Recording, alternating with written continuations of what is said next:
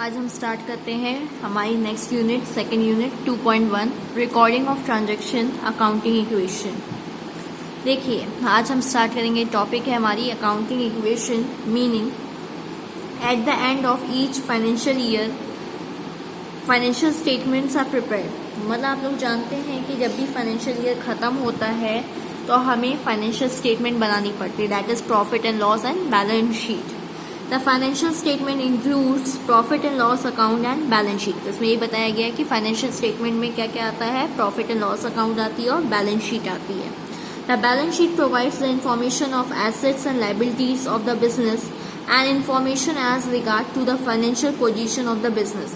हमें balance sheet से क्या पता चलता है कि हमारे पास कितनी एसेट्स हैं, कितनी लाइबिलिटीज है, मतलब हमने कहाँ कहाँ से पैसा ले रखा है, और हमें क्या पता चलता है कि हमारे बिजनेस की क्या पोजीशन है। In every situation, the assets of the business will be equal to its liability. हमेशा याद रखिएगा, जितनी आपकी assets होती है उतनी ही आपकी liabilities होगी। The assets can be classified into fixed, current, fictitious, tangible, intangible and liquid assets. Assets को बहुत सारे types में divide किया गया है जो हम first chapter में पढ़े थे। In liabilities, we include those creditors who have extended goods or services on credit or have provided fund. अब liabilities में कौन कौन आता है? हमने कहीं से गुड्स उधार लिया है, सर्विसेज उधार पे ली है, या मानो हमने किसी से पैसा उधार में दिया है, लोन हो गया, बैंक से लोन हो गया, कोई इंस्टीट्यूशन से हो गया, या किसी नेबर से लिए हैं हम, तो इस टाइप के लोन्स आते हैं। It also includes the capital contributed by the owner of the business. इसमें कैपिटल भी आती है। कैपिटल क्या होती है? जो मालिक बिजनेस में पैसा लगाता है उससे हम कैपिटल कहते हैं। These parties have a claim on the assets of the business. और ये जो पार्टीज होती हैं ये अपने मतलब अपनी लाइबिलिटीज़ के लिए हमारे एसेट्स को डिमांड कर सकती हैं। Liabilities can be classified in two parts, internal liability and external liability। और liabilities को भी हम दो पार्ट में डिवाइड कर सकते हैं, एक internal liability होती है और एक external liability होती है।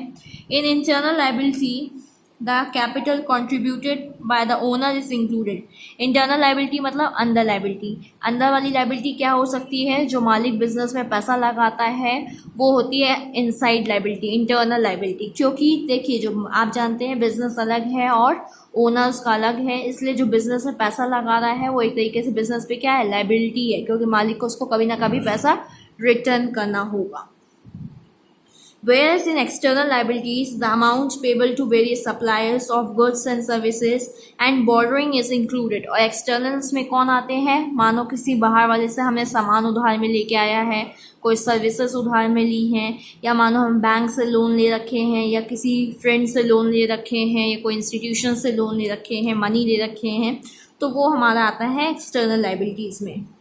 The balance sheet of a firm shows that how and in what types of assets the amount contributed by the owners and the creditors have been invested।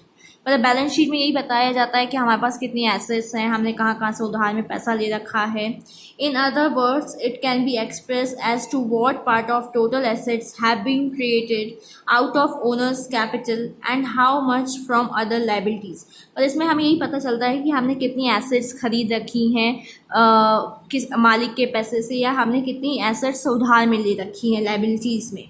This fact is disclose by the balance sheet. ये हमें किससे पता चलता है? Balance sheet से पता चलता है। For example, if the total assets of the firm is ₹6 lakh. अगर बताया जाए, एक एग्जाम्पल दिया गया है कि बिजनेस में एसेट्स कितनी है, 6 लाख है। Out of these assets worth 4 lakh have been acquired from owners capital. जो लकी 4 लाख की हमने किससे खरीदी है? मालिक के पैसे से खरीदी है। And balance assets of ₹2 lakh will be deemed to be created out of the fund provided by the creditors. और 2 लाख हमने कैसे खरीदी है? हमने किसी से उधार ले रखी है। This fact can be express by the following equation. इसके लिए एक इक्वेशन बनाई जाती है, assets is equal to capital plus liability. मतलब हमारे पास एसेट्स कितनी थी? 6 लाख की थी, जो हमने 4 लाख मालिक के पैसे से खरीदी थी और 2 लाख उधार में ली थी, तो 4 लाख प्लस 2 लाख। ये हमारी स्टेटमेंट है, ये बहुत इंपॉर्टेंट है, यही हमारी अकाउंटिंग इक्वेशन कहलाती है। इसको हम ऐसे भी लिख सकते हैं, अगर हमें कैपिटल कैलकुलेट करना हो तो एसेट्स माइनस लाइबिलिटीज़, मतलब लाइबिलिटीज़ इस साइड चला जाएगा तो हमारी कैपिटल निकल आएगी। और हमें लाइबिलिटी कैलकुलेट करने के लिए बोला जाएगा तो एसेट्स में से जब हम कैपिटल माइनस करेंगे तो हमारी लाइबिलिटीज आ जाएगी। द अबव इक्वेशन फर्स्ट, मतलब पहली वाली equation, is the language of accounting is termed as accounting equation. तो यही बताया गया है कि अकाउंटिंग इक्वेशन है। The accounting equation states that the total of assets will be equal to the total of capital and liability. Assets हमेशा किसके equal होगी? कैपिटल प्लस लाइबिलिटी के। Each transaction taking place in the business will bring about changes in assets, capital and liability. मतलब जितने भी transaction होंगे business में उससे आपके एसेट्स में, लाइबिलिटीज में और कैपिटल में कुछ ना कुछ चेंजेस आएगा ही आएगा। In spite of these changes the total, next page में आते हैं, in spite of these changes the total of assets will always be equal to the total of capital and liabilities. इसमें यही बताया जा रहा है कि हमेशा एसेट्स किसके इक्वल होगी? लाइबिलिटीज प्लस कैपिटल के। Thus, from the above discussion, is the fact holds true that the accounting equation is based on the principle of dual aspect. Accounting equation को देख के हमें ये समझ में आता है कि किस पे बेस है? dual aspect. That is, दोनों साइड इक्वल होना चाहिए. For every transaction, there will be double fold aspect, that is credit and debit and credit will be of equal amount. मतलब देखिए आपका ये दो साइड था, एक एसेट साइड का, एक कैपिटल प्लस लाइबिलिटी। तो ये दोनों साइड क्या है? एक तरीके से इक्वल है। 6 लाख यहाँ पे भी है, 6 लाख यहाँ पे भी है। तो debit should always be equal to credit. देखिए इसमें दिया हुआ है accounting system is based on dual aspects of accounting. The total of assets is always equal to capital and liabilities.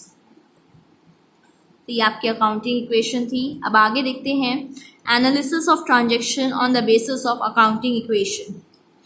Accounting equation states the relationship between assets, capital and liabilities of the business. Accounting equation जो है वो हमें relation बताती है कि assets, liabilities और capital के बीच में क्या रिलेशन है business के। As a result of any transaction, a change in any element of accounting equation will have a direct effect on other element. अगर हम कुछ भी transaction होता है तो उसका direct effect हमारे assets, liabilities, capital पे पड़ता है, accounting equation पे पड़ता है। The effect of business transaction on both the aspects of accounting equation can be the same. मतलब इफेक्ट क्या होता है? बराबर तरीके से दोनों साइड पड़ता है। और it can affect only one aspects by increase or decrease by same amount. और अगर एक ही जगह पड़ रहा है तो वहाँ पे प्लस भी होगा और माइनस भी होगा।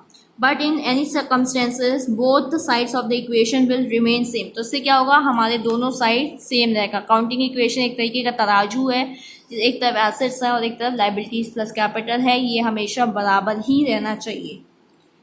The effect of various transactions on the accounting equation state can be studied under the following categories. हमें ट्रांजेक्शन्स के बारे में एक कैटेगरी में डिवाइड कर दिया गया है। Transaction related to balance sheet, transaction related to profit and loss account and balance sheet, other transactions, transaction related to outstanding expenses, transaction related to prepaid expenses, transaction related to accrued income, transaction related to unaccrued income, depreciation on assets, interest on capital and interest on drawing। ये हमारी categories हैं, इसके according हमें पढ़ना पड़ेगा।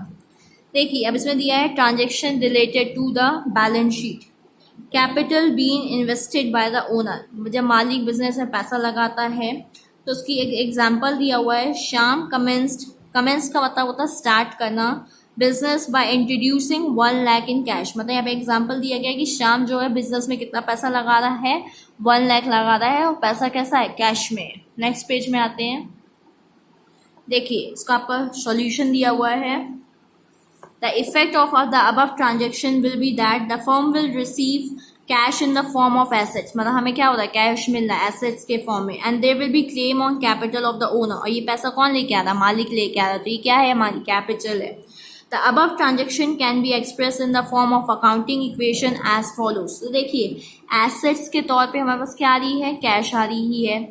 और यहाँ पे क्या है? कैपिटल है, क्योंकि मालिक लेके आ रहा है। तो देखिए assets is equal to capital, मतलब दोनों साइड क्या है? इक्वल है। और अगर इसको हमको बैलेंस शीट में दिखाना होगा तो बैलेंस शीट का फॉर्मेट ये होता है, एक साइड लाइबिलिटीज होती है और एक साइड हमारी एसेट्स होती है। तो एसेट्स के तौर पे क्या आ रहा है? कैश आ रहा है।